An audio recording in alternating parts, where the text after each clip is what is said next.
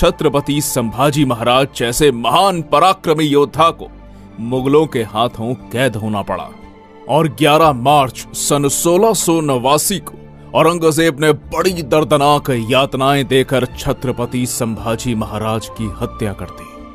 संभाजी महाराज के देहांत के बाद औरंगजेब को लगा अब मराठा साम्राज्य पूरी तरह से खत्म, अब जल्द ही दखन को जीतकर दिल्ली वापस चला जाऊंगा। तो दूसरी तरफ छत्रपति संभाजी महाराज की मृत्यु से हर मराठा के अंदर हिंदवी स्वराज की आग लग चुकी थी।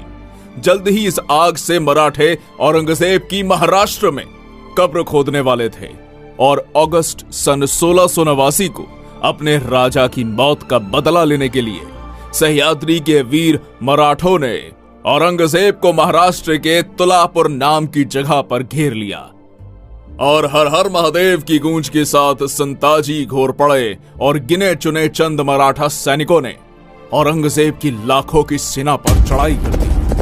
वीर मराठा योद्धा संताजी घोरपड़े ने अपनी खूनी तलवार से मुगल सैनिकों के मुंड काट दिए। मुगल छावनी में घुसकर मराठों ने ऐसा मौत का तांडव मचाया कि हजारों मुगल सैनिकों को काटकर मौत के घाट उतार दिया। मराठों के हाथों हो रही मुगलों की ऐसी भयानक मौत देखकर औरंगजेब का दिमाग ही रास्ते से फिर गया और जान बचाने के लिए वो कायर औरंगजेब उसी क्षण युद्ध छोड़कर भाग गया। औरंगजेब का नसीब अच्छा था कि वो भागने में सफल रहा, नहीं तो मराठे उसे वहीं काटकर जिंदा जमीन में दफना देते। इस युद्ध में भले ही औरंगजेब की जान बच गई, पर पूरे हिंदुस्तान में उसकी इज्जत लुट गई। मराठे यही नहीं रुके, उन्होंने मुगल छावनी के ऊपर के 2 सोने के कलश काटकर पूरी मुगल छावनी को तबाह कर दिया।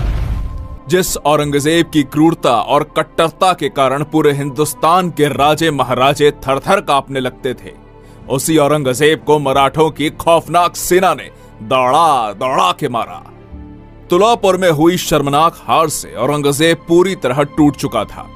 इसलिए मराठों से बदला लेने के लिए उसने दक्षिण भारत के सबसे ताकतवर सरदार कासिम खान को आदेश जारी किया।